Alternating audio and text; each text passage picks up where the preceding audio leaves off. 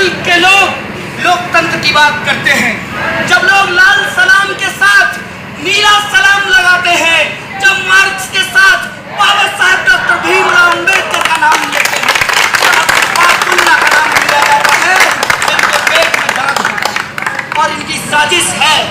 ये अंग्रेजों के चमचे हैं। लगाओ मेरे ऊपर डिफेमेशन का केस। मैं कहता हूँ कि आरएसएस का इतिहास अंग्रेजों के साथ खड़ा होने का इतिहास है। देश के गद्दार आज देशभक्ति का सर्टिफिकेट बांटते हैं।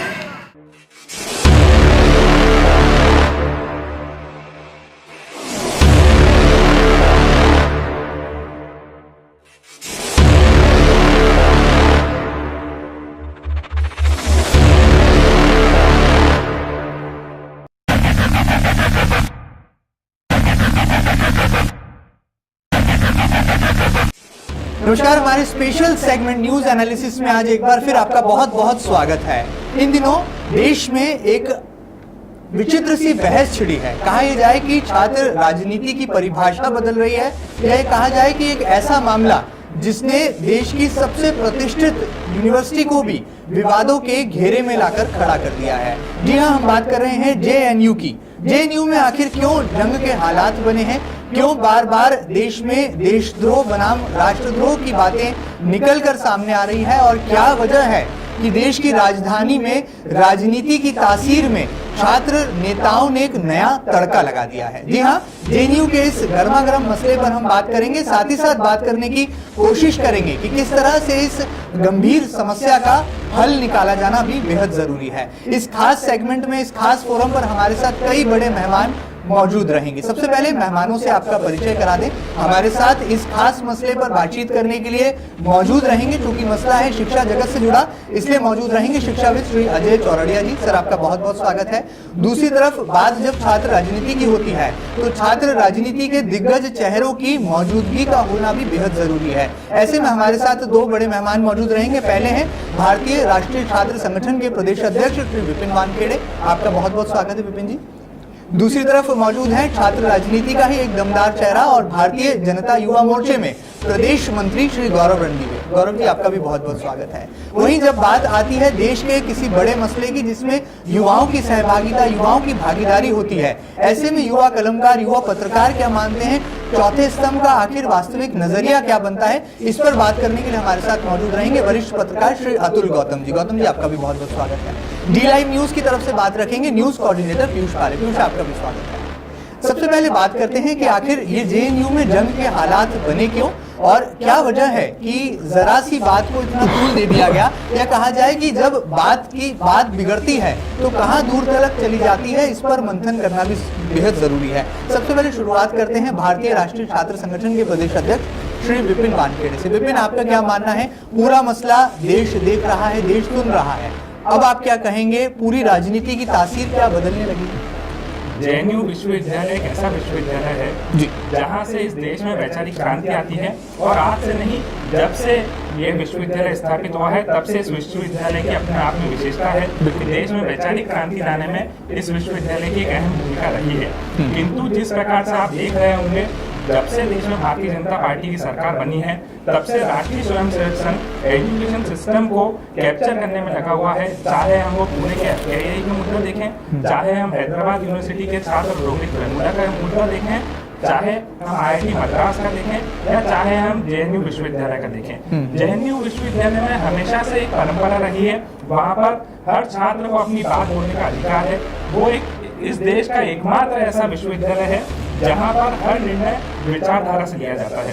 अगर वहाँ पर एक भारतीय राष्ट्रीय छात्र संगठन का कार्यकर्ता भी भारतीय राष्ट्रीय छात्र संगठन का सदस्य बनाने के लिए जाता है, तो वहाँ का छात्र पहले सवाल पूछता है कि आपको हमें ये बताना होगा कि आखिर हम भारतीय राष्ट्रीय छात्र संगठन के सदस्य क्यों बने, क्यों भारतीय राष्ट्रीय छात्र संगठन ने क्या किया है, आने वाले समय में भारतीय राष्ट्रीय छात्र संगठन क्या करेगी।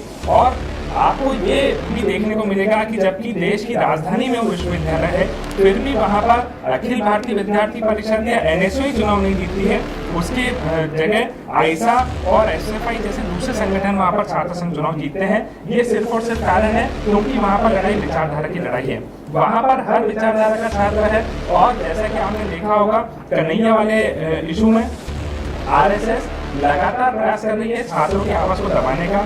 यह आरएसएस का एक प्रयास था कि किसी भी प्रकार से जेएनयू विश्वविद्यालय का या तो नाम बदल दिया जाए, आरएसएस के किसी बड़े व्यक्ति के नाम पर जेएनयू विश्वविद्यालय का नाम रख दिया जाए, या फिर जेएनयू विश्वविद्यालय को बंद कर दिया जाए ताकि इस देश में वैचारिक क्रांति बंद हो जाए। आरएसएस का हमेशा से प्रयास रहा है, जब से देश में भाजपा की सरकार बनी है, आरएसएस का प्रयास रहा है कि किसी भी प्रकार से देश में वैचारिक क्रांति को बंद कर दें ताकि जो आरएसएस चाहे और जो आरएसएस बोले वो इस देश में अंतिम बात हो। बिल्कुल विपिन जी, आपके आरोप और सुनेंगे, लेकिन बात जरा दर्शकों को यहाँ पर बता दें कि कहाँ से शुरू हुई है। 9 फरवरी का वो काला दिन जिस दिन जेएनयू कैंपस में ऐसे नारे लगाए गए जिन्हें देशद्रोही करार दिया गया, देशद्रोही नारे करार दिया गया, और उसमें जो तमाम छात्र या कहा जाए युवाओं की भागीदारी नजर आई। कई मोबाइल वीडियोस, कई मोबाइल फुटेजेस सोशल मीडिया पर वायरल हो गए जिसमें देश के खिलाफ आवाज उठाने की कहीं ना कहीं कोशिशें थी, और कुछ ऐसे चेहरे जो कि देश के सामने संदेहास्पद नजर आए। उनमें एक चेहरा था कन्हैया कुमार का, दूसरा चेहरा था उमर खालिद का। भारतीय जनता युवा मोर्चे के वरिष्ठ नेता हैं श्री गौरव रंधीवे। गौरव जी, आपने विपिन जी की पूरी बात सुनी, क्या कहेंगे 9 फरवरी को जो दास्तान शुरू हुई, क्या लगता है ये देश में एक ऐसा कहा जाए अध्याय शुरू हो गया है जिसका कोई सिरा, जिसका कोई अंत नजर नहीं आता? आपका क्या मानना है? नहीं, देखिए, निश्चित तौर पर 9 फरवरी का दिन इस देश के लिए काला दिन है। जी जी, काला दिन मैं इसलिए कहूँगा कि विश्वविद्यालय, पूरे देश भर के विश्वविद्यालय में जेएनयू के संदर्भ में आऊँगा जी, पूरे देश भर के विश्वविद्यालय, हम लोग विश्वविद्यालय हमारे देश के नौजवानों को तैयार करने का एक, वहाँ से पढ़ लिख के देश का नौजवान अपनी भारत माता के लिए कुछ करने का जज्बा लेके निकलता है जी। और उसी देश में, दिल्ली जैसे शहर में एक विश्वविद्यालय में कुछ छात्र नारे लगाते हैं कि भारत तेरे टुकड़े होंगे इंशाअल्लाह इंशाअल्लाह, अफजल हम शर्मिंदा हैं तेरे कातिल जिंदा हैं। तो निश्चित तौर पे ये देश के लिए एक बहुत बड़ा काला दिन है, हम युवाओं के लिए एक बहुत बड़ा काला दिन है। और देशद्रोही का कोई चेहरा नहीं होता, वो उसका कोई मजहब नहीं होता, देशद्रोही होता है। मुझे लगता है उस पर कोई बात करना और डिबेट करना भी, मतलब एक हमें दिख रहा है कि देश विरोधी नारे लगाए जा रहे हैं और हम उसमें अगर सम्मिलित हो रहे हैं तो निश्चित तौर पे हम भी देशद्रोही की श्रेणी में आते हैं। और रही बात विपिन जी की, तो चूँकि कांग्रेस पार्टी में ऊपर से जब राहुल गांधी इतने बड़े बड़े मुद्दों पे, जहां हमारे वीर सैनिक शहीद होते हैं, हनुमान थप्पा हो या और अन्य सैनिक अपने प्राणों की आहुति देके जिन्होंने देश की रक्षा की जी, उनके वहां जाने के लिए राहुल गांधी जी को समय नहीं है। उनके वहां 2 दिन बाद या जब उन्हें पता चलता है, उनके सलाहकारों द्वारा कहा जाता है जाते हैं। जेएनयू में वो उसी रात को पहुंच जाते हैं और कहते हैं कि विचारों की आज़ादी सबको है। तो मुझे लगता है कि देशद्रोह करने की आज़ादी अगर इस देश में है तो ये देश किस दोराहे पे जाने वाला, ये सोचने का विषय है। और दूसरा, हमें और राजनीतिक पार्टियों को भी ये समझना पड़ेगा कि हमें राजनीति किस कॉज पे करनी है। देश से बढ़ के मुझे नहीं लगता कि किसी भी राजनीतिक पार्टी का कोई एजेंडा होना चाहिए। चौरड़िया साहब, आप पूरी बात को सुन रहे थे। दोनों ही छात्र राजनेताओं ने जो है अपनी बातों को बड़ी बेबाकी से रखा है और अभिव्यक्ति की आज़ादी पर ये बहस जो है कहीं ना कहीं एक मोड़ ले रही है। आपका क्या मानना है, किस तरह से आप इस पूरे मसले को देखते हैं, आपका क्या नजरिया बनता है? आपको नहीं लगता कि शिक्षा जगत में एक गलत अध्याय की शुरुआत इस पूरी घटनाक्रम से हो गई? सर्वप्रथम मैं गौरव जी के उस बयान का समर्थन करूँगा जी, जिसमें उन्होंने कहा है कि राजनीतिक पार्टियों को यह सोचना चाहिए कि देश हित क्या है। मैं धन्यवाद दूंगा कि सरकार के एक संगठन के व्यक्ति द्वारा देश की बात की जाए। मामला छात्रों से संबंधित है जी, और सबसे पहले इस मामले को इस तरह सोचना चाहिए कि छात्रों का हित किसमें। विश्वविद्यालय छात्र हित के लिए बना हुआ है। जेएनयू एक ऐसा विश्वविद्यालय है जहाँ लगभग 7 से 6 बच्चे गरीब परिवारों में हैं जी। अब किसी कन्हैया को आप लीजिए, कन्हैया की माँ बेबासराय में 3,000 रुपये महीने में आंगनबाड़ी की नौकरी करती है, पिता पैरालिटिक है। ऐसा छात्र कोई मांग उठा रहा है जी, उसकी मांग को सरकार को सुनना चाहिए। विद्यार्थियों को बोलने की आज़ादी होना चाहिए। मैंने देखा कि देश से जाकर या देश के आगे से बोले, पर जो व्यक्ति देश में बोलने की आज़ादी मांग रहा है, देश में अगर आप किसी तरह की कोई मांग कर रहा है तो देश की सरकार को और सरकार के मुखिया को उसकी बात सुनना चाहिए, न कि उस पर देशद्रोह का मुकदमा लगाना चाहिए। उसके समर्थन में अगर कोई व्यक्ति बोलता है उस पर देशद्रोह का मुकदमा लगाना।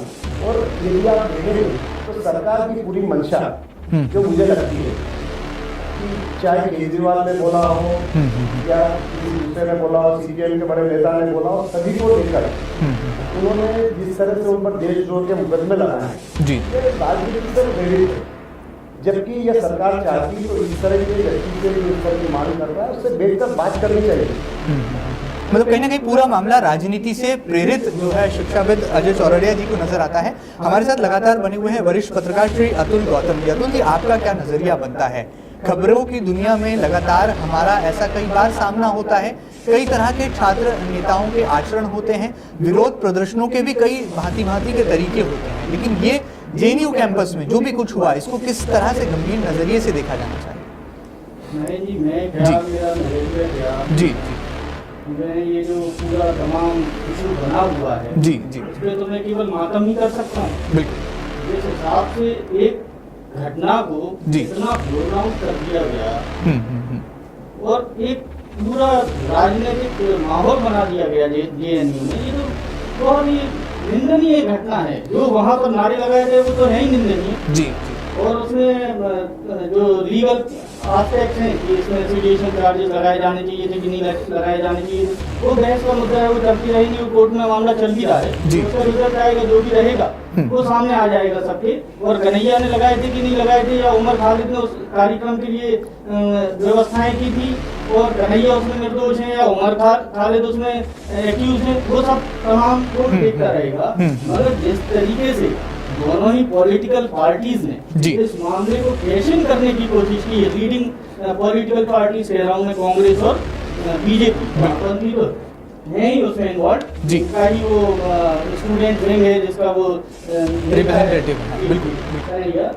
जिस तरीके से इसको किया जा रहा है, राहुल गांधी जी भी वहाँ पहुँच गए, राजनाथ सिंह जी ने भी कह दिया इसमें पाकिस्तान कहाँ थे। तुरंत ही एक जेएनयू यूनिवर्सिटी के छोटे से कार्यक्रम जो वहाँ पर उसमें जिसके वीडियो आ रहे हैं, अलग अलग तरीके की, कुछ डॉक्टर वीडियो आ रहे हैं, कुछ सामने निकल के आया भी है कि आज न्यूज़पेपर से मैंने पढ़ा कि साथ में से 2 डॉक्टर वीडियो थे। जी जी। तो सच्चाई जब आएगी मगर जिस तरीके से इसमें पॉलिटिक्स की जा रही है और यूनिवर्सिटी को एक पॉलिटिकल ग्राउंड बनाया जा रहा है, ये ठीक नहीं है। पीयूष, आप क्या मानते हैं किस तरह से रिपोर्टिंग के दौरान बहुत सारे ऐसे तथ्य निकल कर आए जिसने मीडिया के पर्दों पर या कहा जाए टेलीविजन के पर्दों पर जब खबरों का रूप लिया तो बहुत सारी इस लड़ाई में एक नया मोड़ भी आ गया। और अब जब कन्हैया कुमार को अंतरिम जमानत मिल चुकी है और उसका दोबारा जब भाषण जेएनयू कैंपस में होता है तो सीधा सीधा वार प्रधानमंत्री यानी कि देश के मुखिया नरेंद्र मोदी पर होता है। क्या पूरे मामले में राजनीति की तासीर या राजनीति की बू कहीं चुकी है? बिल्कुल, मैं अतुल जी की बात का समर्थन करूंगा। इस पूरे विवाद को पॉलिटिकल एजेंडा बनाया है। हम लोग अगर देखें तो जो मामला है ना सिर्फ जो है वो संसद में बल्कि सड़क पर भी आजकल जो है जेएनयू के मसले को लेकर महासंग्राम बता हुआ है।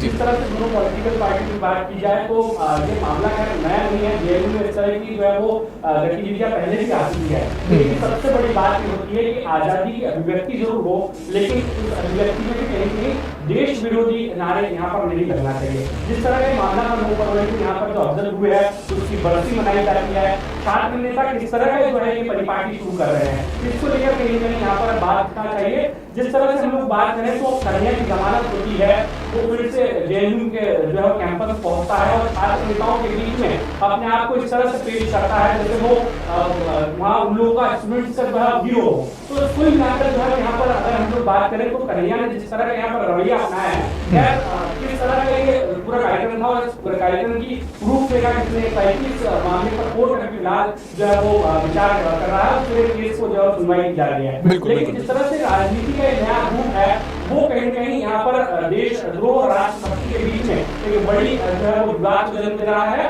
और देश के अलग अलग यूनिवर्सिटीज में अलग अलग जो यूनिवर्सिटी कैंपस है उसमें भी कहीं कहीं इस बहस को जो है वो नया रूप लेती हुई बहस नजर आ रही है। विपिन जी, आप क्या मानते हैं, क्या जेएनयू का हीरो है कन्हैया कुमार और इसी फिल्म का कहा जाए सब टाइटल लिखने वाला उमर खालिद जो है इस पूरे घटनाक्रम का डायरेक्टर और प्रोड्यूसर माना जाए? आपका क्या मत है? देखिए, मैं उमर खालिद का तो समर्थन बिल्कुल भी नहीं करता हूँ, लेकिन निश्चित तौर पर कन्हैया कुमार जेएनयू का हीरो है। निश्चित तौर पर वो छात्र संघ चुनाव जीत कर आया है, तो वो उस विश्वविद्यालय का हीरो है ही। गौरव जी, आप और मैं एक और बात कहना चाहूंगा कि इस देश की न्यायिक व्यवस्था इतनी कमजोर नहीं है। अगर इस देश की न्यायालय ने कन्हैया कुमार को जमानत दी है तो निश्चित तौर पर उसकी गलती नहीं होगी, तो ही उसे जमानत मिली है। और इसी बात के साथ में एक बात और हमारे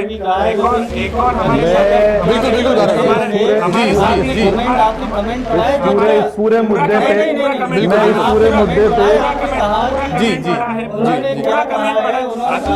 अतुल जी, मैं आपसे भी बात करूंगा।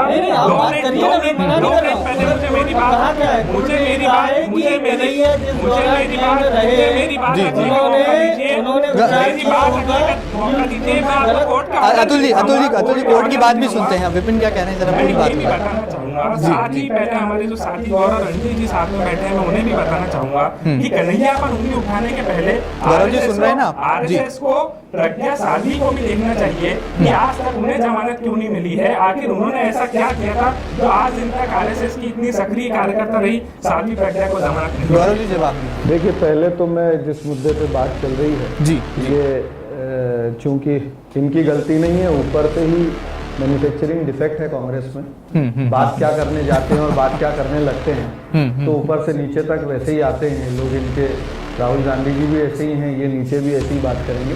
मैं उस विषय पे आता हूं कि मैं बात कर रहा हूं जमानत की।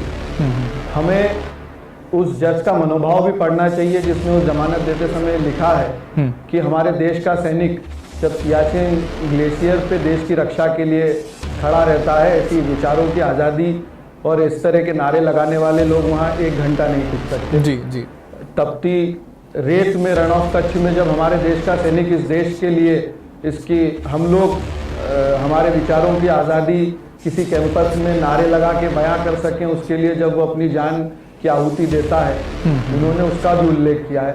उन्होंने ये भी बताया है कि इतने दिनों में कन्हैया को ये अनुभव हुआ होगा कि उसने क्या किया। देखिए, ये अभी जमानत होना इसका मतलब ये नहीं कि वो निर्दोष साबित हो गए। और जो विपिन जी कह रहे हैं कि वो हीरो है, मेरी नज़र में उससे बड़ा देशद्रोही कोई नहीं है।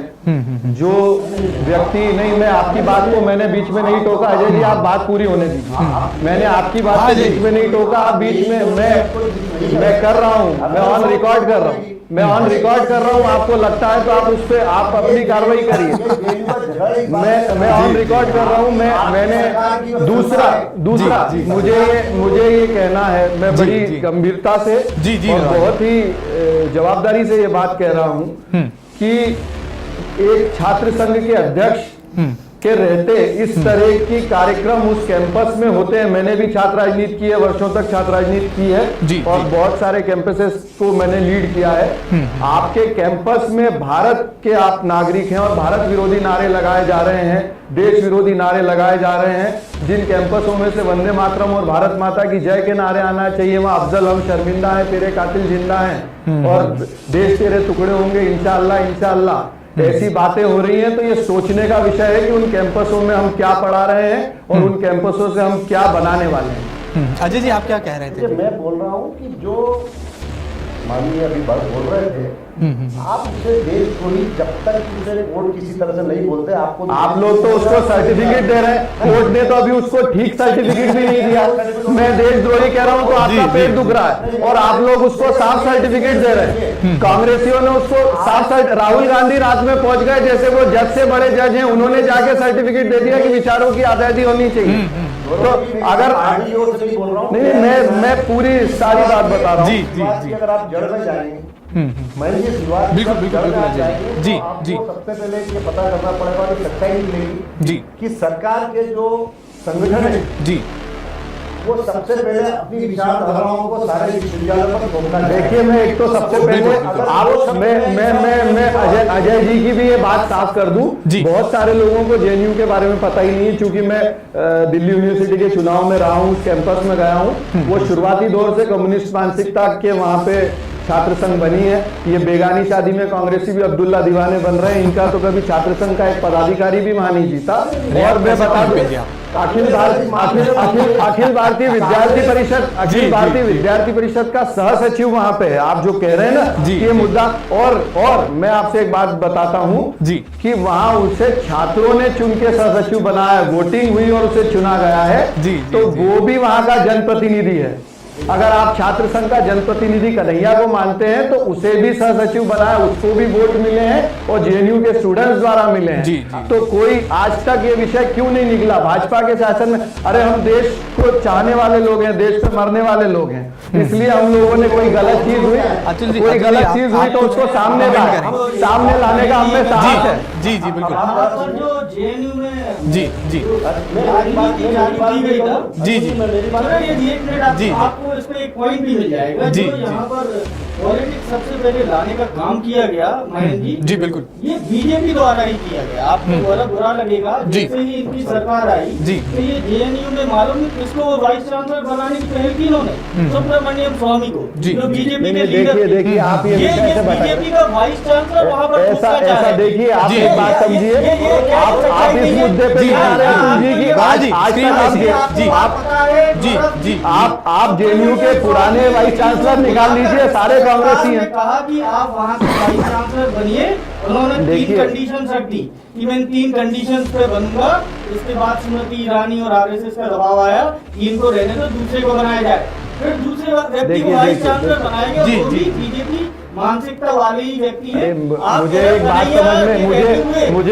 समझ में कैसे हो गया? अतुल भाई, आप मेरे बहुत सम्मानित मित्र हैं। गौरव जी, आप मेरी बात में आपकी विषय पे आ रहा हूँ। मुझे एक बात बताइए, मैं जवाब भी ले लेते। 60 साल से कांग्रेस की सरकार है ना?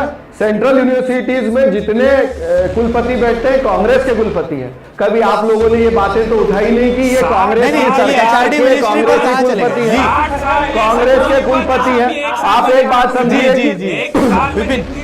अरे मैं आपसे एक और बात कहता हूँ, कि जब देश जब एक विषय आपने कहा 60 साल में कांग्रेस से मेरी बात पे आ रहा हूँ। मैं जो कहना चाहता हूँ कि पूरा देश बदला है, पूरा देश बदला है अतुल जी, पूरा देश, अरे पूरा देश, मैं जो कह रहा हूँ मेरी बात को सुनिए, पूरा देश बदला है। पूरे देश ने भारतीय जनता पार्टी को चुना है, पूरे देश ने कांग्रेस को नकारा है। अब आप उसमें भी ये निकालने जाएंगे कि ये कांग्रेस, ये बीजेपी, शिक्षाविद होता है ना, वो कांग्रेस सोच का होता है ना, वो बीजेपी का होता है। जी अजय जी, आपको इस पे कॉन्ट्राडिक्ट करिए चीजों पर मैं तो छात्र हित की बात कर रहा हूँ। आप दोनों लोग राजनीतिक पार्टी से जुड़े हुए, राजनीतिक पार्टी के पदाधिकारी हैं। किसी भी सरकार को या सरकार के संगठन को किसी भी विश्वविद्यालय में अपनी विचारधारा सोचने का कोई अधिकार नहीं। आप कुलपति चयन समिति में भी रहे हैं, आप क्लॉज को भी जानते हैं, प्रोविजंस को भी जानते हैं। मैं कई बार कुलपति चयन समिति में रहा हूँ, मैंने बायोडाटा देखा है, एक बार नहीं कई बार रहा हूँ, पर कभी इस पर नहीं गए कि ये व्यक्ति कांग्रेस का है, आरएसएस का है। एक गाइडलाइन हमारे चैनल में दिखा है कि पुराना कुलपति होना चाहिए, या जो चीजें उन्होंने गाइडलाइन रिसर्च पेपर होने चाहिए, या इसका क्वालिफिकेशन होना चाहिए, और जो विश्वविद्यालय में कुलपति। देखिए, मुझे लगता है अगर अब मैं उस विषय पे आऊंगा तो अजय चौरड़िया जी भी बैठे हैं और कांग्रेस के लोग भी बैठे हैं। अभी इसी विश्वविद्यालय के कुलपति अजीत सिंह शेरावत आए थे, जो कि इसी विश्वविद्यालय के कुलपति अजीत सिंह शेरावत भी आए थे। और वो अजीत सिंह शेरावत कौन थे, वो पूरा इंदौर शहर जानता है। तो अगर इस तरह की बात अगर करेंगे कि कुलपति का चयन, तो अजीत सिंह शेरावत राहुल गांधी के कौन थे, किनके कहने पे आए, बलराम जाखड़ के फाइनेंशियल एडवाइजर थे, क्या सारी चीजें हैं वो। और उनको यहाँ पे गैर शिक्षाविद को हमने ही गौरव जी, बात जेएनयू कैंपस की हो रही है, देश भर के विश्वविद्यालय के कुलपतियों तक जा पहुंचे हैं। मैं इनकी मानसिकता बात को गलत मोड़ दे दिया, कांग्रेसियों की मानसिकता बता रहा हूँ कि मैं कांग्रेसियों की मानसिकता बता रहा हूँ। गौरव जी, कांग्रेसियों की मानसिकता भी जानेंगे, लेकिन विपिन वानखेड़े क्या कहना चाह रहे हैं? वो फिलहाल स्टूडेंट्स को लीड कर रहे हैं। मैं एक पॉइंट बोलना चाहता हूं जो अभी तक छूटा हुआ है। बात सिर्फ जेएनयू की नहीं है, बात है इस देश में छात्रों के आवाज की। आपने देखा होगा 1 साल में लगातार छात्रों के बड़े बड़े आंदोलन हुए हैं, जिसके उदाहरण FTI IITI है, हैदराबाद यूनिवर्सिटी है, IIT मद्रास है और JNU भी है। मैं आपको ये बात बताना चाहूंगा, इनमें से कोई एक भी आंदोलन कांग्रेस पार्टी का या NSOI का नहीं था। इनमें से किसी भी आंदोलन के से जुड़े हुए जो छात्र थे वो कोई कांग्रेस या NSOI के कार्यकर्ता नहीं थे। और राहुल जी इन जितने भी आंदोलनों में गए हैं वो सिर्फ छात्रों की आवाज को मजबूत करने के लिए। लेकिन JNU में जाना ठीक था? JNU में जाना निश्चित तौर पर ठीक था। राहुल जी ने शुरुआत में ही बोला था कि कन्हैया कुमार निर्दोष है। आज कोर्ट से उसे जमानत मिली है और निश्चित तौर पे कांग्रेस की नजर में कन्हैया कुमार निर्दोष है, आप ऐसा साफ तौर पर कह रहे हैं? कोर्ट की नजर, कांग्रेस की नजर में भी कन्हैया कुमार निर्दोष है और इस देश की जनता की नजर में भी कन्हैया कुमार निर्दोष है। और उसका फैसला कोर्ट करेगी। आप जी उसका फैसला कोर्ट करेगी। मैं इस बात पे आना चाहता हूँ कि आप ये देखिए कि जिस दिन ये प्रकरण हुआ जी, अभी तक हम ये बात कर रहे थे कि कुछ वीडियोस में टेम्परिंग हुई नहीं हुई। राहुल गांधी जी का नेटवर्क इतना मजबूत है कि कोर्ट के फैसले से पहले, मीडिया के फैसले से पहले उन्हें पहले पता चल गया कि कन्हैया निर्दोष है कि नहीं है। तभी वो पूरे आप देश में सोचिए घूम रहे हैं, कि उन राहुल गांधी को हनुमान अतुल जी आप क्या कहेंगे? पूरी तरह जो बात है वो एक ऐसे चौराहे पर जाकर खड़ी है। विपिन जी यहाँ एक वर्डिक्ट ले लेते हैं, स्पेशल कमेंट ले लेते हैं। ये जो राजनीतिक लोग हैं इन्होंने ऐसा अखाड़ा बना दिया है यूनिवर्सिटीज को कि आज यूनिवर्सिटीज नारायण मूर्ति ने सही बोला कि पिछले 60 साल में हमारे देश की यूनिवर्सिटीज एक ऐसा इन्वेंशन नहीं कर पाई जो रिकॉग्नाइज किया जा सके नेशन वाइड। रिकॉग्नाइज किया एग्जैक्टली ऐसी पॉलिटिक्स डाल दी गई है यूनिवर्सिटी में। वहाँ पर रैलियां कर रहे हैं, भाषणबाजी कर रहे हैं, देश की राजनेता बनने की कोशिशों में लगे हुए। कोई इन्वेंशन, कोई ढंग की रिसर्च नहीं हो पा रही, कॉन्क्रीट कोई रिजल्ट नहीं है। इन सब चीजों की क्रेडिट इन्हीं लोगों को है। ये बैठे जो महानुभाव लोग यहाँ पर इन्हीं लोगों को है। अजय जी आप क्या कहेंगे? शिक्षा जगत से आते हैं, क्या मानना है आपका? बहुत शॉर्टकट। अगर आप बोले कि गौरव जी बीच में ना बोले तो नहीं बिल्कुल आपको पूरी जी। मैं गौरव जी की एक बात से थोड़ा समझिए, मैं किसी पार्टी की ओर से बोल रहा हूँ। मैं छात्र हित में छात्रों की ओर से शिक्षा के क्षेत्र से जुड़े होने के कारण बोल रहा हूँ। जी आप बताइए पूरे मसले पर क्या कहना है कि एक तो मौजूदा सरकार को अपने संगठन की जो आदत है वो बदलनी पड़ेगी कि अपनी विचारधारा को विश्वविद्यालय की विचारधारा बनाना, और जो विश्वविद्यालय जो व्यक्ति अपनी विचारधारा से ना चले उस पर इमरजेंसी जैसा हालात लागू कर देना। उन्होंने पार्टी में भी किए हैं, वरिष्ठ लोगों को बोलना बंद कर दिया है, उन्होंने विश्वविद्यालय में चालू किया है, कुछ दिनों के बाद प्रचार में होना है।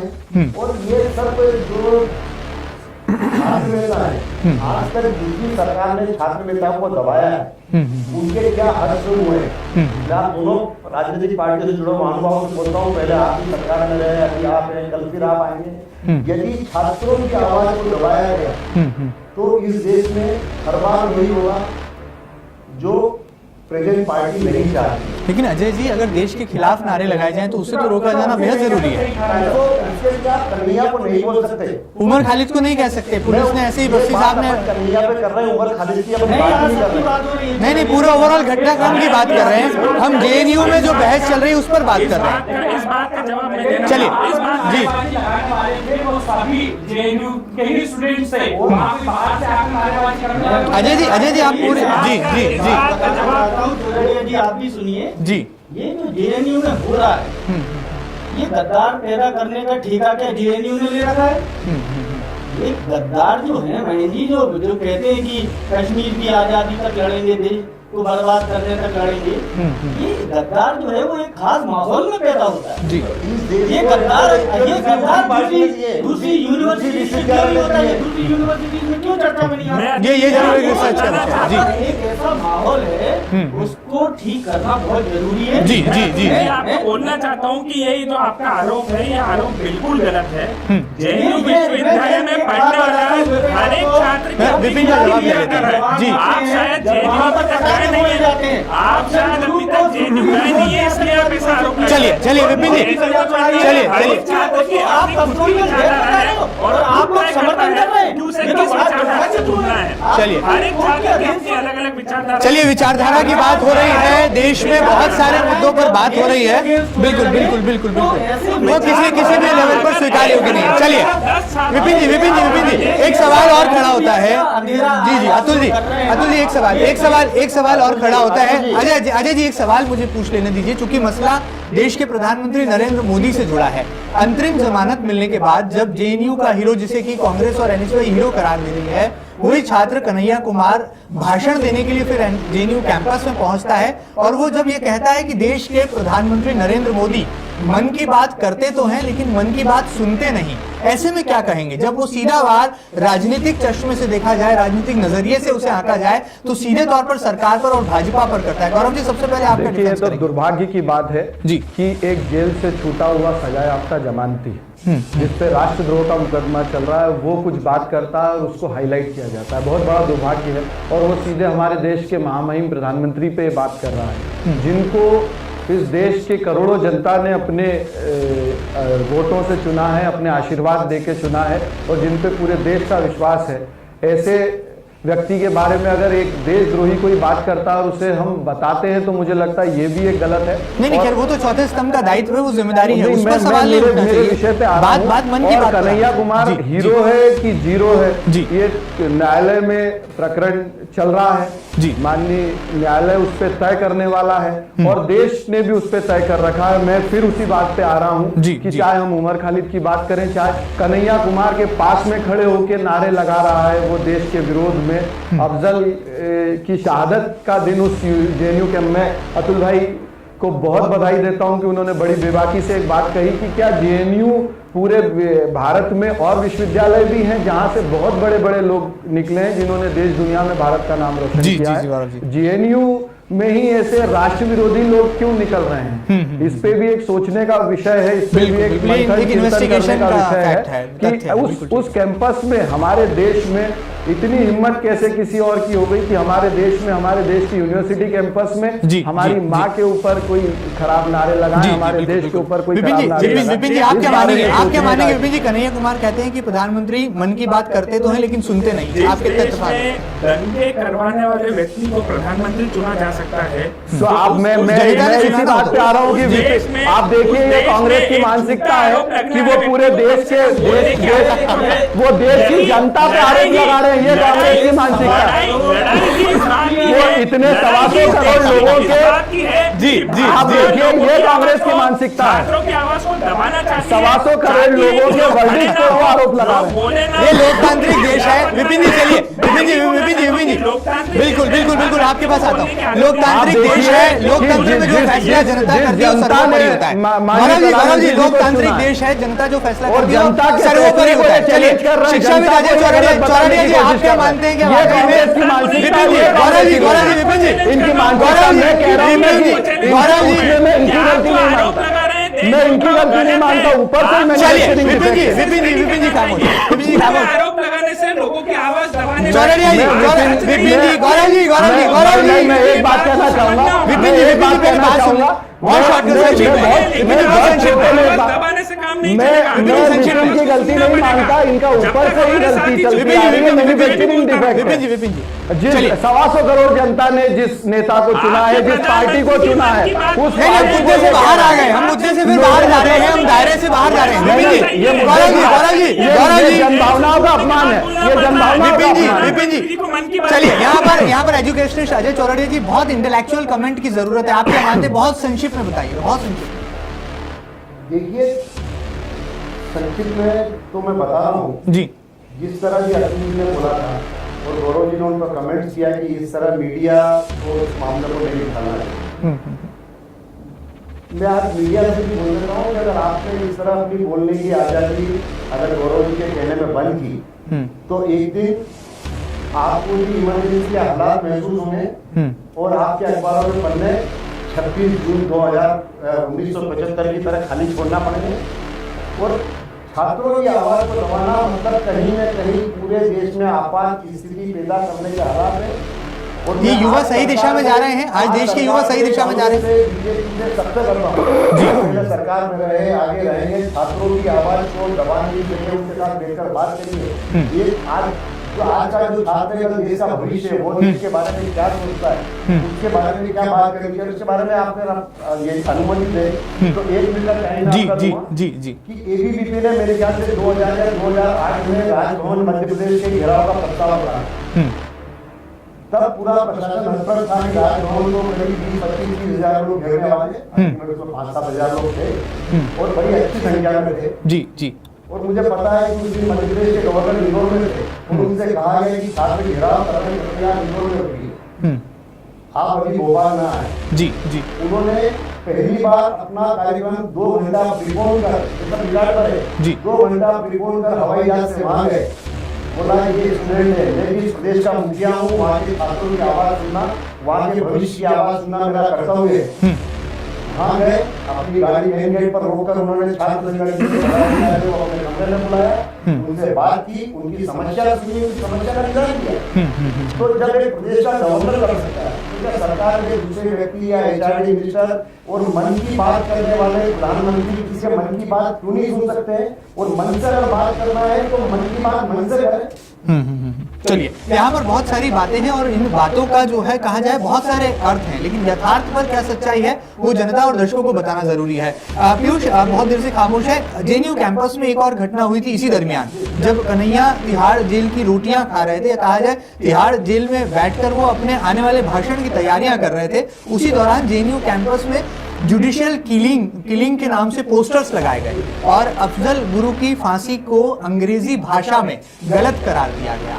इस नजरिए को भी चौथे स्तंभ ने देश के सामने रखा, लेकिन बाद में फिर उसी बात पर जो है बतंगड़ उस बात का खड़ा कर दिया गया। आपका क्या मानना है इस पूरे फैक्ट के बारे में? बिल्कुल महेंद्र जी, अगर बात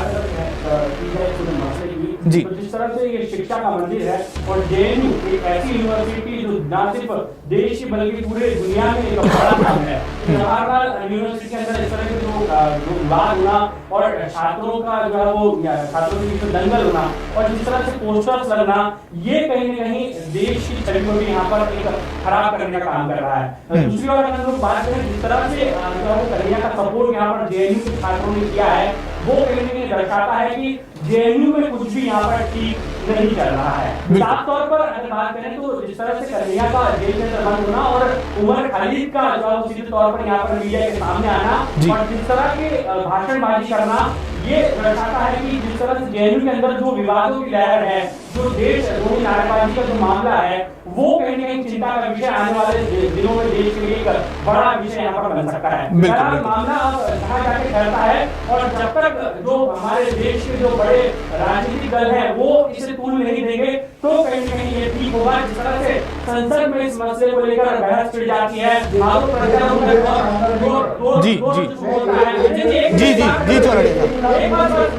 आपको भी सुन लेंगे जी चलिए पीयूष, चलिए बिल्कुल है उसको कहीं न कहीं सही तरीके से यहाँ पर देखा होगा। जी चलिए, क्रिया पर प्रतिक्रिया की बात है। जी मतलब मुझे अजय जी ये कहना चाहते हैं। जी बिल्कुल अजय जी क्रिया की प्रतिक्रिया भी हो रही है। बिल्कुल, लोग राष्ट्र विरोधी नारे लगाते रहे, हम हस्तक्षेप ना करें। नहीं बिल्कुल माफ करिएगा। भारत में क्या होगा, भारत में क्या होगा? अजय जी स्टूडेंट लीडर है, न्यायपालिका अजय जी कांग्रेस को विश्वास होता। गौरव जी विपिन जी माना विपिन जी आप स्टूडेंट लीडर है, माना गौरव जी आप स्टूडेंट लीडर है। अजय जी एक स्पेशल कमेंट की भी बारी आपसे आती है, फिर लेते हैं आपसे स्पेशल कमेंट। लेकिन जनता को एक बात बता दें, लेकिन अजय जी अपना मन साफ रखकर विश्वविद्यालय के हित में उसके लिए आगे आना पड़ेगा जनता को, समाज सेवियों को, शिक्षाविदों को। पीयूष जी एक मिनट आगे बढ़ते हैं। क्रिया की प्रतिक्रिया भी होती है। जेएनयू कैंपस में जो घटनाक्रम हुआ उसके साइड इफेक्ट्स पूरे देश भर में देखने को मिले। खास तौर पर देश के आवाम, देश के युवाओं को ये सोचना पड़ा क्या वाकई में हमारे बीच ऐसे बीज बो दिए गए हैं कि हम हमारे ही धरती माँ, हमारे वतन के खिलाफ नारे लगाएं और शिक्षा के परिसर में जाकर नारे लगाएं। ये एक गंभीर विषय है और इस क्रिया की प्रतिक्रिया आगे ना हो। बिल्कुल बिल्कुल बिल्कुल अजय जी आपके पास आ रहा हूँ। उसकी फसल जब कटेगी वो देश कहीं न कहीं गृह की तरफ अग्रसर होगा। इसे रोकना होगा, बहुत जरूरी है। अतुल जी क्या कहेंगे, आपका वर्डिक्ट क्या बनता है? आपने कोर्ट के कमेंट पर भी जो है यहाँ पर अपनी राय बनाई, पूरा पॉलिटिकल स्टेटमेंट भी आपने देखना सुना।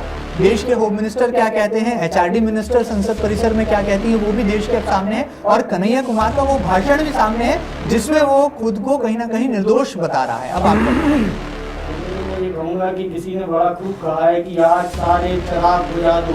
जी जी बिल्कुल। आज का अंधेरा बड़ा मुकद्दस है। बिल्कुल बड़ा मुकद्दस अंधेरा है। बिल्कुल बिल्कुल ठीक है। एक पॉलिटिकली एम्बिशियस लड़का जी जी एक विवादास्पद पर बयान देता है, कोर्ट जेल जाता है, कोर्ट उसको सजा देती है, जमानत पे बाहर आता है, कोर्ट उससे कहती है कि आप अपने संयम में रहिएगा। उसको तो एक प्लेटफॉर्म मिल गया, एक जंपिंग पैड मिल गया है, उसने आके फिर से कॉन्ट्रोवर्शियल स्टेटमेंट देना चालू कर दिया according to BJP. According to BJP इसलिए क्योंकि उसने आरएसएस प्रधानमंत्री और इन सब के खिलाफ बोला है। जी जी ऑब्वियसली एनएसयूआई उसको सपोर्ट करेगी, तो ये तो फिर पॉलिटिकल ड्रामा चलता रहेगा। मैं ये खत्म नहीं होने वाला। बिल्कुल ठीक है। अगर ये राजनीति यूनिवर्सिटी में खत्म नहीं हुई तो ये बढ़ने वाली है और ये स्पिल ओवर दूसरी यूनिवर्सिटीज में जाएगा और फिर ये एक ऐसा माहौल क्रिएट हो जाएगा पूरे देश में। और फ्रीडम ऑफ स्पीच के नाम पे इतने सारे अलग अलग टाइप के लोग निकल के आएंगे जिनको हम सीडिएशन चार्जेस लगा के एक इलेक्ट आइडियोलॉजी डेवलप हो जाएगा। बिल्कुल बिल्कुल। लेकिन अतुल जी इसका सॉल्यूशन क्या है, इसका हल कैसे देखते हैं आप? जी जी जी ये बोल रहा है इसके पीछे बीजेपी की साजिश है, ये बोल रहा है इसके पीछे राहुल जी की साजिश है। ये साजिशें ढूंढना बंद करें हम। हल क्या है, आप जनता को, दर्शकों को बताएं, हल कैसे नजर आता है? चौथे स्तंभ क्या दिखता है? साजिश ढूंढ रहा है। अरे आपका भी कमेंट आएगा। बिल्कुल जी जी कमेंट आएगा। अतुल जी सॉल्यूशन क्या है, हल क्या है, हल क्या देखते हैं? सॉल्यूशन ये है कि जनता को ऐसे लोगों को नकारना चाहिए। इनको बिल्कुल भी जो ये अटेंशन गेन करने की कोशिश कर रहे हैं, इनको ऐसी बिल्कुल अटेंशन नहीं देनी चाहिए। कोर्ट को अपना काम करना चाहिए, पुलिस को अपना काम करना चाहिए, पॉलिटिकल पार्टीज को भी इन लोगों को बिल्कुल सपोर्ट नहीं करना चाहिए। नहीं तो ओवरनाइट कंट्रोवर्शियल स्टेटमेंट्स दे के पॉलिटिकल लीडर्स पैदा होने, राजनीतिक समर्थन नहीं मिलना चाहिए। ठीक बात है। विपिन क्या कहेंगे? राजनीतिक समर्थन नहीं मिलना चाहिए, ये देश में इस गंभीर समस्या का हल है, उसके बावजूद एनएसयूआई का समर्थन है। क्या मैं इसमें ये जी जी जी ऐसी समस्या से बचने के लिए सबसे पहले जब तक देश में भाजपा की सरकार है, भाजपा को आरएसएस को अपने आप से अलग रखना चाहिए, जो कि बिल्कुल भी संभव नहीं है। ये पॉलिटिकल कंटेंट है, ये पॉलिटिकल कमेंट है, ये पॉलिटिकल कमेंट है। जब भी कोई छात्र का या किसी विश्वविद्यालय का कोई ऐसा इशू हो तो पहले सरकार को उसकी जांच करना चाहिए, पता करना चाहिए। राहुल गांधी पहले चले गए वहां बात करना चाहिए, ना कि किसी देशद्रोह का मुकदमा दायर करना चाहिए। मैं इसका उदाहरण देना चाहता हूँ। मैं उदाहरण देना चाहता हूँ। मैं पुणे के FTIA इंस्टीट्यूट का उदाहरण देना चाहता हूँ। बहुत संक्षिप्त में, वहाँ के डायरेक्टर के रूप में योगेश चौहान को डायरेक्टर के रूप में अपॉइंट किया जा रहा है। देखिए यही परेशानी है कांग्रेस की। बात क्या चल रही है, बात क्या चल रही है और बात क्या करते हैं। हम जिस विषय पे बात कर रहे हैं उस विषय पे बात करें। मुझे लगता है इधर उधर की बात करेंगे तो हमारे पास भी बहुत सारी बातें करने के लिए उदाहरण कैसे दिए जा रहे हैं कि मैडम स्पीकर मेल स्पीकर को फीमेल स्पीकर बता देते हैं, ऐसे उदाहरण दिए जा रहे हैं इनके द्वारा। विपिन जी सॉल्यूशन पे जा रहे हैं, राजनीतिक समर्थन नहीं देना चाहिए। जी जी चोर है, ये चौकीदार है, ये अभी ये victim है। मयंक जी क्या गौरव जी बिल्कुल बिल्कुल राजनीतिक समर्थन नहीं देना चाहिए, आप क्या मानते हैं? अतुल जी विपिन जी आपका टर्न आएगा। अतुल जी विपिन जी आपका टर्न आएगा। विपिन जी आपका टर्न आएगा। गौरव जी क्या कहेंगे? राजनीतिक समर्थन नहीं होना। सीधी बात करता हूँ, बिल्कुल जहाँ सीधी बात की बात हो, हाँ। जहाँ देश की बात हो वहाँ राजनीति नहीं आना चाहिए। राष्ट्रद्रोही है, वो किसी पार्टी मजहब समाज का नहीं हो सकता। बिल्कुल ठीक। चाहे वो कोई कैंपस हो, चाहे वो कोई देश का कोई भी कोना हो, अगर राष्ट्र के खिलाफ, हमारी भारत माता के खिलाफ कोई नारा लगेगा तो वो राष्ट्र विरोधी गतिविधि में गिना जाएगा। उसका समर्थन करने वाले भी राष्ट्र विरोधी गतिविधि में आएंगे और ये देश उनको देख रहा है और उसका जवाब उन्हें मिलेगा। बिल्कुल। अजय जी समय की कमी है, जाते जाते क्या कहेंगे? इंटेलेक्चुअल कमेंट की जरूरत है, राजनीतिक समर्थन नहीं होना चाहिए ऐसा मानना है। चौथे स्तंभ का ये नजरिया निकलता है। मेरा तो एकमात्र कहना है कि विश्वविद्यालय में ही राजनीति नहीं होना चाहिए। छात्र संघ चुनाव बंद कर दिए जाए। विश्वविद्यालय में आप छात्र संघ के चुनाव करवाएंगे, विश्वविद्यालय में चुनाव होंगे, विद्यार्थियों को चलाने दीजिए। या उनसे सीनियर जो कुछ लोग गौरव भाई और इनके जैसे लोग हैं वो लोग करें। उसमें बड़ा राजनीतिक अखाड़ा बना के सरकार के मुखिया और इन लोगों को नहीं आना चाहिए। और इतने बड़े एक ट्रेनिंग सेंटर के रूप में आप लोगों को अगर अपनी पार्टी से तैयार करना चाहे करें, पर जिस तरह का जेएनयू में मामला हो रहा है, पूरा देश उसमें जल रहा है, अपनी आग में झुलस रहा है, देश बर्बादी के कगार पर किसी तरह से जाएगा। आज पता नहीं चलेगा। एक विश्वविद्यालय के को लेकर आज हजारों विश्वविद्यालय में इस तरह की चीजें जाएगी और पूरी दुनिया इस तरह के जब विवाद को देखती है तो भारत का सबसे नीचा होगा। इसके राजनीतिक अखाड़ा बनने से विश्वविद्यालय को रोकना चाहिए। भारत का सर इससे नीचा नहीं होगा कि भारत की यूनिवर्सिटी में, भारत के विश्वविद्यालय में, भारत के एक यूनिवर्सिटी के कैंपस में भारत विरोधी नारे लगाए जा रहे हैं। क्या भारत का सर इससे नीचे नहीं होगा? नाथूराम गोडसे को मानने वाली पार्टी के लोग यहाँ पर बैठकर ज्ञान दें। एक बात समझना पड़ेगी। ये फिर विवाद हो गया, वाकई युद्ध की स्थिति बनेगी। ये वाकई युद्ध की स्थिति है। यहाँ पर इसका कोई सिरा नहीं, इसका कोई अंत नहीं है। मुझे मेरे मित्र पे दया आती है, इनकी गलती नहीं है। इनकी गलती नहीं है। मुझे मेरे मित्र पे दया आती है, इनकी गलती नहीं है। ऊपर अजय जी जिस पार्टी का लीडर राहुल गांधी जैसा होगा वहाँ के लोग ऐसी बातें करेंगे, हमें यही उम्मीद है। जिस पार्टी का लीडर राहुल गांधी जैसा होगा उस पार्टी के लोग क्या बात करेंगे हमें मालूम है। मुझे इन पे दया आती है। माहौल बना रहा है कि इस देश की मेरा सिर्फ ये कहना है कि राष्ट्रवाद की बात जहाँ है वहाँ पे राजनीति युद्ध हो गया, राष्ट्रवाद से बढ़ के कुछ भी नहीं। वाक युद्ध खत्म हुआ, क्लाइमैक्स भी चला गया। जी जी जी जी पीयूष बहुत संक्षिप्त में, पीयूष बहुत संक्षिप्त में, देश की जनता देख रही है। पीयूष बहुत संक्षिप्त में। अजय जी दो बहुत संक्षिप्त। पूरे मसले को लेकर यही कहना चाहेंगे जो सोचा है इस कंपनी ने भी जो महसूस किया है, जो चीजों को देखा है कि किस तरह से जेएनयू के अंदर नारेबाजी का मामला जो है वो सामने आया। लेकिन सबसे बड़ी बात है कि राजनीतिक दल इन मामलों को खोल देना छोड़े, सोशल मीडिया पर इस तरह की बयानबाजी ना करें और तमाम मसले को लेकर जो है वो कहीं न कहीं गंभीरता से जो है सोचे। वही दूसरी ओर अगर बात है देश प्रेम की तो जेएनयू जैसे कैंपस में या कहीं भी नारेबाजी देश विरोधी लगेगी और खासकर शिक्षा के मंदिर में इस तरह का माहौल बनेगा तो शायद देश इस चीज को बर्दाश्त नहीं करेगा और जनता भी इस मामले को लेकर आने वाले दिनों में कहीं ना आपकी प्रतिक्रिया जरूर देगी। अतुल जी आपका एनालिसिस जाते हैं। विपिन जी बोल रहे हैं ये तो एक खास किस्म का आईना रहता है ना, उसकी अदाकारी भी करनी होती है। तो वो जो राहुल जी ने बोल दिया है तो विपिन जी को डिफेंड करना पड़ेगा और सरकार ने क्योंकि कदम ले लिया है तो गौरव जी को भी डिफेंड करना पड़ेगा। वरना मैं एक बात बता दूं महेंद्र जी आपको, जी जी ये केस बड़ा जितना ये सिंपलिस्टिक तौर पे देख रहे हैं इतना है नहीं, सेंसिटिव है बिल्कुल।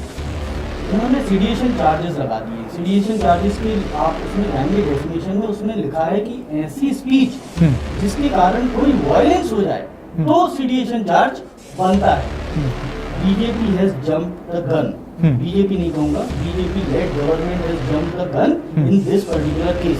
अगर कहीं ये साबित हो गया जी कि कन्हैया ने ऐसा कुछ बयान नहीं दिया था तो फिर इनकी बड़ी किरकिरी है। जी जी। और अगर कहीं ये भी साबित हो गया कि उन्होंने ऐसा बयान दिया था जी जी तो तो फिर राहुल जी की बड़ी किरकिरी होने वाली है, क्योंकि दोनों ही इतना पॉलिटिकल एडवांटेज लेने के लिए इस मामले में घुस गए कि अब निकल भी नहीं पा रहे। बिल्कुल, चलिए जाते जाते दर्शकों को ये कहेंगे कि बंद हो ये तमाशा, कि देश के सामने ये जो ड्रामा चल रहा है, कहा जाए बार बार क्रिया पर प्रतिक्रिया का दौर है कि थमने का नाम नहीं ले रहा। ये दौर यही खत्म होना चाहिए, समाप्त होना चाहिए। इस बुरे चैप्टर का एक ऐसा दी एंड हो जो कि देश को एक सबक के तौर पर यहाँ पर देखा जाए इस पूरे घटनाक्रम को, और आज के युवाओं को भी यहाँ पर एक सीखने का मौका मिले। मैं ज्यादा कुछ एनालाइज नहीं करूंगा, लेकिन इतना जरूर कहूंगा कि ऐसी घटना की पुनरावृत्ति ना हो और हमारा सिर, या कहा जाए मेरा खुद का सिर, शर्म से ना फिर झुक जाए। ऐसी घटनाएं हमारे देश के खास तौर पर युवा तो हरगिज ना करें। न्यूज एनालिसिस के इस खास सेगमेंट में आज इतना ही। हमारे साथ बहुत सारे बड़े मेहमान मौजूद रहे, हम सभी का शुक्रिया अदा करेंगे। हमारे साथ मौजूद थे शिक्षाविद श्री अजय चौरड़िया जी, भारतीय जनता युवा मोर्चा के वरिष्ठ नेता श्री गौरव रणदीवे जी, NSUI यानी कि भारतीय राष्ट्रीय छात्र संगठन के प्रदेश अध्यक्ष श्री विपिन वानखेड़े जी, वरिष्ठ पत्रकार श्री अतुल गौतम जी और न्यूज कोऑर्डिनेटर पीयूष पारे। आप कहीं मत जाइएगा, डी लाइव न्यूज पर लगातार जारी है खबरों का ताजा तरीन काफिला। तो दिक्कत होता है जब इस मुल्क के लोग लोकतंत्र की बात करते हैं, जब लोग लाल सलाम के साथ नीला सलाम लगाते हैं, जब मार्क्स के साथ बाबा साहब डॉक्टर भीमराव अंबेडकर का नाम लेते हैं, बातुल्ला का नाम लिया जाता है, इनके पेट में दर्द होता है। और इनकी साजिश है, ये अंग्रेजों के चमचे हैं। लगाओ मेरे ऊपर डिफेमेशन का केस। मैं कहता हूँ कि RSS का इतिहास अंग्रेजों के साथ खड़ा होने का इतिहास। देश के गद्दार आज देशभक्ति का सर्टिफिकेट बांटते हैं।